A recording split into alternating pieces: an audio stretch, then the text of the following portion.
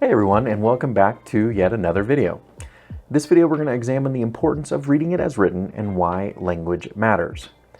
But before we dive in, I want to acknowledge the valuable insights of Becca Barras, a respected figure in the field whose article Precise Language Matters in the IAED Journal of 2021 heavily informs this video. I strongly encourage you to read the article for a more detailed understanding of the topic, and it's a good read with more details that we're not going to be able to discuss here. But let's look at the objectives of this video. What I'm hoping to do here today is to provide some understanding of why wording is essential. We're going to discuss what Greg Scott at the IAED refers to as the Holy Grail of EMD and how it relates to this topic.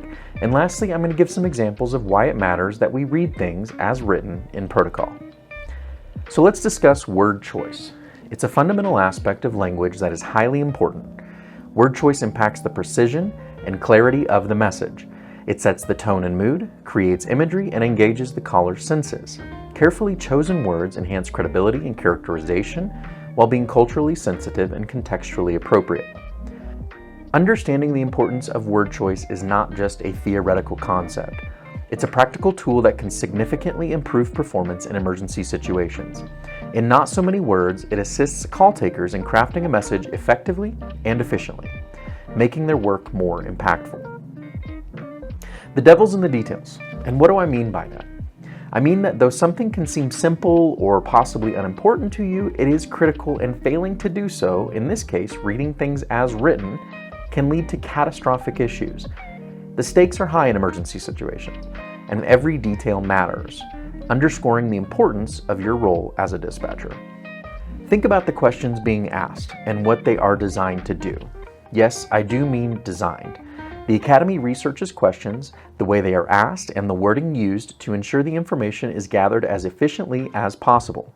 In fact, most questions in protocol are designed to elicit a 1 to 2 word answer and allow you, the dispatcher, to input that information and move forward without hesitation. What are some things that word choice impacts?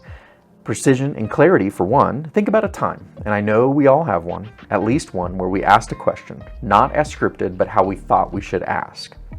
After doing so, did you have to ask a clarifying question because the caller didn't initially understand what you were asking? I think that if we're honest with ourselves, me included, that is usually the aha moment as to the importance of reading protocol as written. How about tone and mood? Let's consider how word choice can impact this.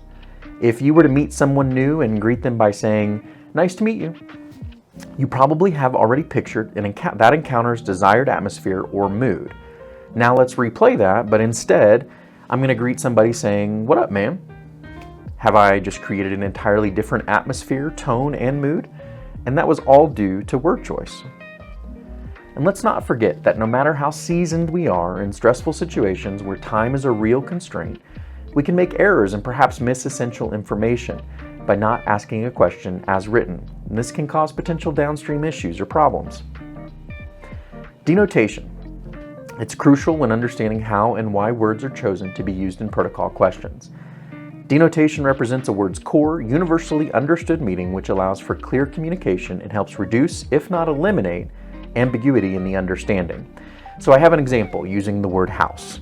While there may be some slangs for the word, the universally understood definition of house is a building where people live.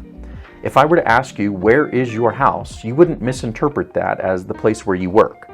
So denotation plays a critical role in the way we ask questions and the wording chosen. This is the kind of thought process used when selecting not only the questions, but also how they are asked. All right, let's further under our understanding of the importance of asking questions as written by looking at what the Associate Director of Protocol Evolution, Greg Scott, refers to as the Holy Grail of EMD, determining alertness. The level of consciousness or alertness is one of the most important things that you can determine as an EMD. In the field, responders have a common saying, A&O times 4. This refers to the patient being alert and oriented times 4. The 4 things are person, place, time, and event. This is their clinical baseline for determining a patient's alertness. So responders will utilize several questions. They often ask them incognito, promptly after arriving, And what this looks like is the responder may introduce themselves and wait for the patient to do the same. And if the patient does so, they're considered to be alert to their person, and so on. Contrast this with the communication setting. We have one question, sometimes two if clarification is needed. Is he responding normally? To ascertain the same information that the responders are using multiple for. This makes the wording, phrasing, and how this question is asked extremely important. Using different words that could come with different denotations, let's briefly look at a couple of examples of why the choice of words can be confusing. First, to use an example from the aforementioned article, let's consider the word appropriately. If I was to ask you to dress appropriately, well, this word's meaning can change depending on whether or not I'm asking you this question at work, for work, or asking you to plan a day at the beach. How about the word significant? If I ask you to describe a significant event, it's entirely possible that what is considered significant to you and what is considered significant to me will be interpreted differently. This is once again reiterating the importance of a word choice. Finally, the big takeaway here, reading as written is important. And I hope that this has enlightened you to the critical importance of reading questions as written in protocol and given you an overall better understanding of Universal Standard 1. Please don't hesitate to reach out to us with questions or comments. As always, you can email us at 911training@elpasoteller911.org or by phone at 719-785-1900. Don't forget to head over to our YouTube page at the El Paso Teller 911 QA department. We're constantly uploading new videos like this one, and if you have a question about a topic, chances are we have a CDE video for you. And lastly, on our website, we have links to all our videos and additional CDEs for you to browse. Thanks again, everyone, for taking some time out of your undoubtedly busy day to explore why reading it as written is so important.